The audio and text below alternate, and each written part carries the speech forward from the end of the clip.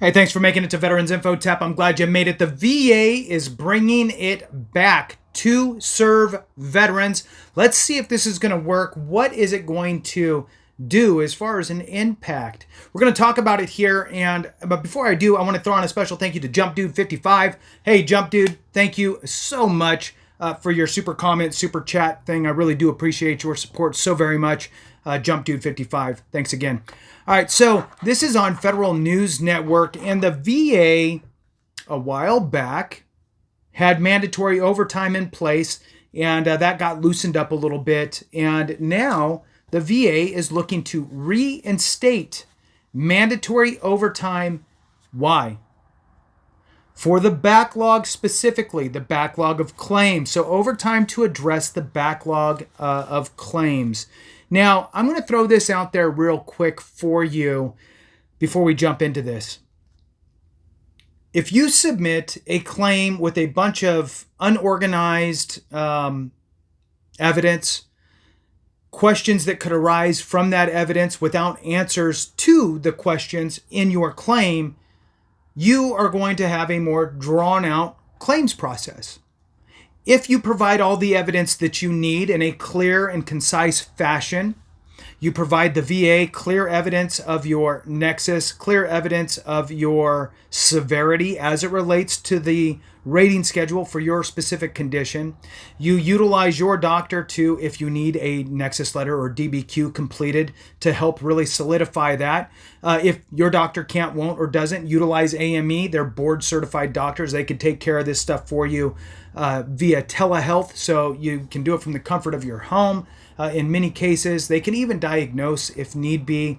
And if they need imaging or blood draw, you just go to a local provider for that, and then they can work it from there. In any case, go through whatever medical professional that you can. I throw out AME because they understand the VA and VA nuance when it comes to your claim. If you're providing them everything that they need in a clear, concise fashion, it's easy for the raters to go through your claim and award you service connection and the appropriate rating.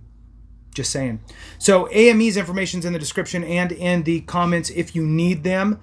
First option is your doctor for free, right? Ideally, your doctor may charge you, or your doctor might not understand what to do or how to do it appropriately, which garbage in is garbage out. Treat this like $1 million deal because it is. All right, so VA reinstates mandatory overtime to address 200,000 claim backlog. All right, let's jump into it and read this, kind of pick it apart a little bit, see what they have to say. Again, found this on Federal News Network. It came out on May 15th, 2025. Sharing it with you here today. Hit the thumbs up, subscribe, share with a friend, all that good stuff. The Department of Veterans Affairs is bringing back mandatory overtime for employees who process disability and pension claims to cut down on the backlog of unprocessed claims. Employees at the Veterans Benefits Administration will start mandatory overtime hours starting next week. An American Federation of Government Employees official told Federal News Network that Veteran Service Representatives, VSRs, and Rating Veterans Service Representatives, RVSRs, will have to work 10 hours of mandatory overtime by the end of May. Rating Quality Review Specialists, RQRS, will have to work 8 hours of mandatory overtime before the end of the month. Starting in June, VSRs and RVSRs will work 25 hours of mandatory overtime a month. And then the RQRSs will have to work 20 hours. VA Press Secretary Pete K., because he's got a Pete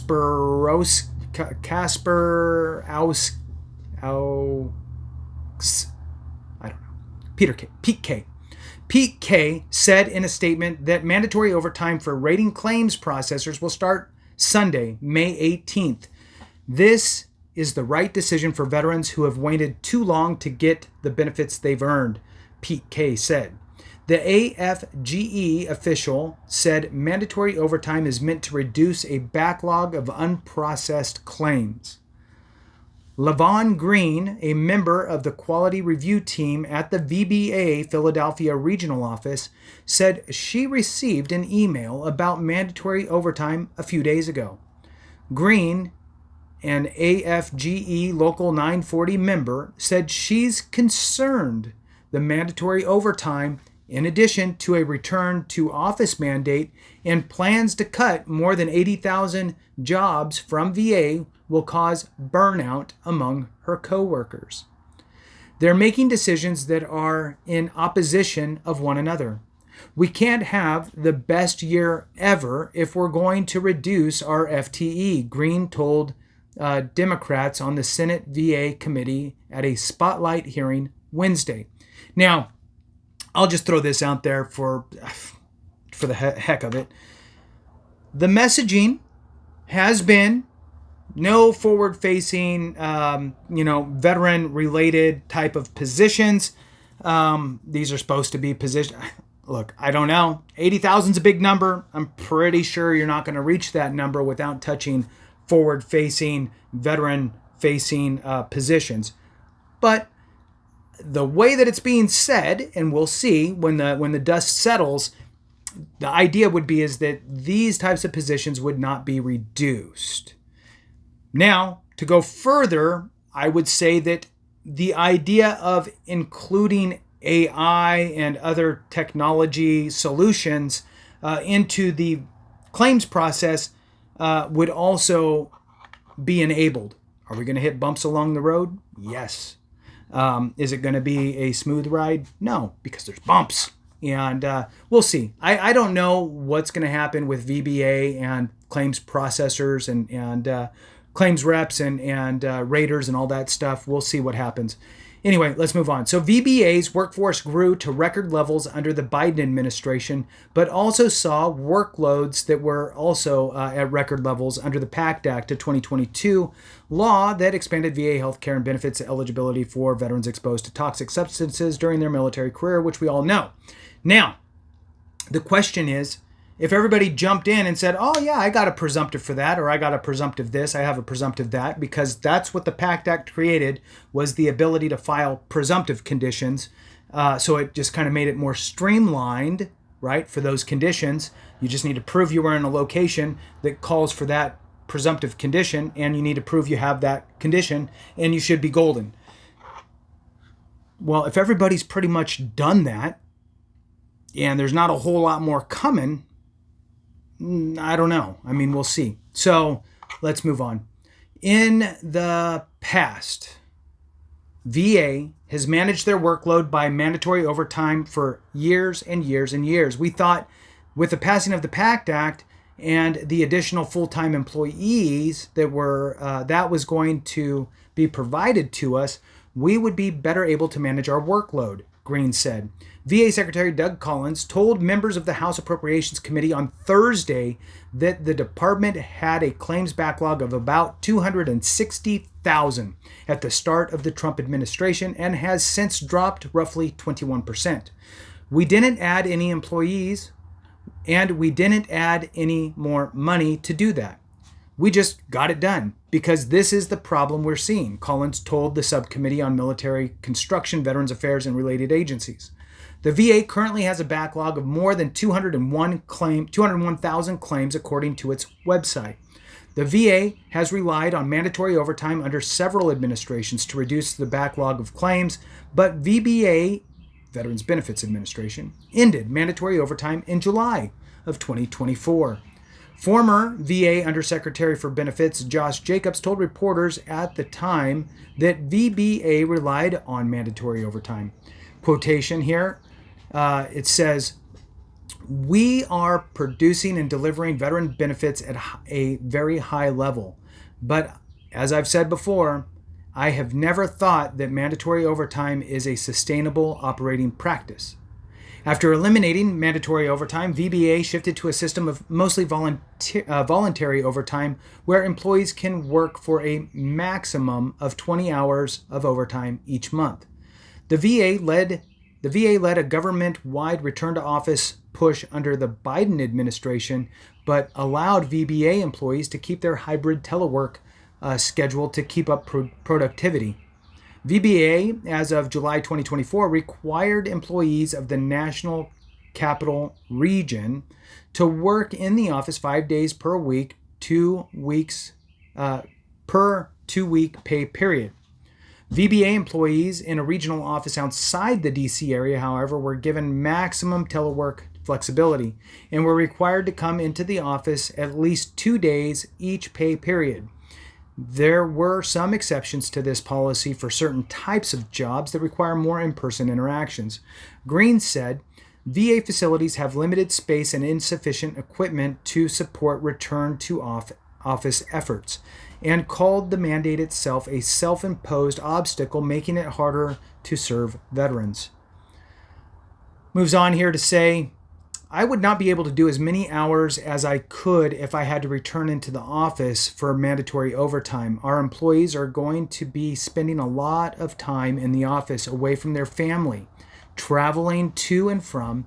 It's going to create burnout. And goes on to say, employees are going to be upset. They're trying to look for other jobs in other places, Green said. Steve Miska, former director of VA's PAC Act Enterprise Program Office, said the department completed just under 2 million PAC Act claims as of January 11th, and that nearly 75% of them were approved. Miska said the VA completed 37% of those claims in less than 125 days, meaning that they never went into the backlog to begin with. We had to hire, we had to ramp up both claims processors and healthcare professionals to be able to handle the influx of veteran demand. And that was anticipated from the outreach campaign, Miska said. Committee ranking member Richard Blumenthal said the PAC Act has led to a 40% increase in claims submissions. And I'm going to argue, yes, today, but it's going to decrease. And you could really only point to the presumptive conditions that the PAC Act provided.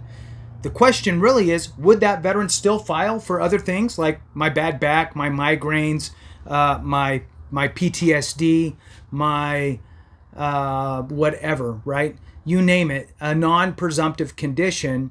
Would a veteran still be filing for those? Or would they go, well, the PAC Act didn't cover anything for me, so I'm just not going to file any claims because I have no presumptives? No.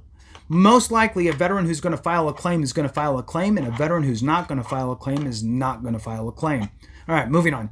The wait for processing remains the same, even though the number of claimants vastly increased, Blumenthal said.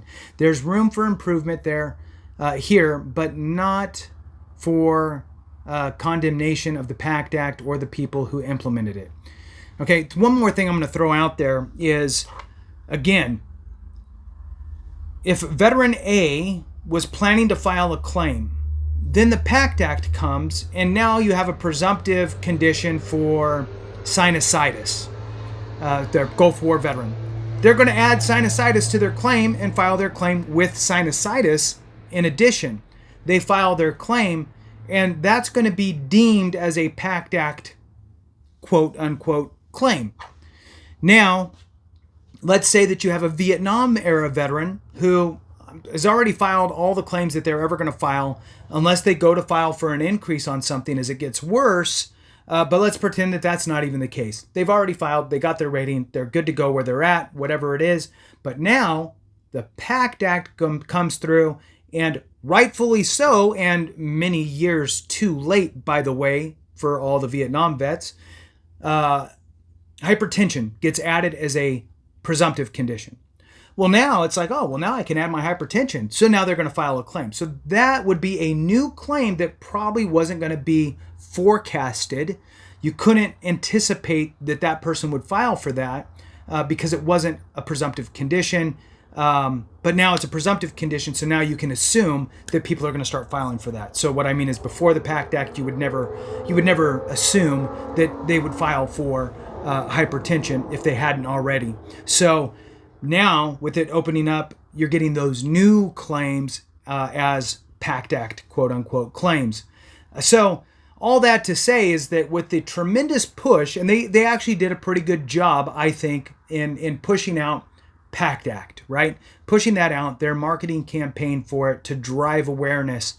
I think that you're going to get that big bell curve, right? All the anticipation up to it, people start to get ready to file a claim. They're filing intent to files. Bam, PAC Act's in place. You're getting all those claims filed, and then it starts to come down.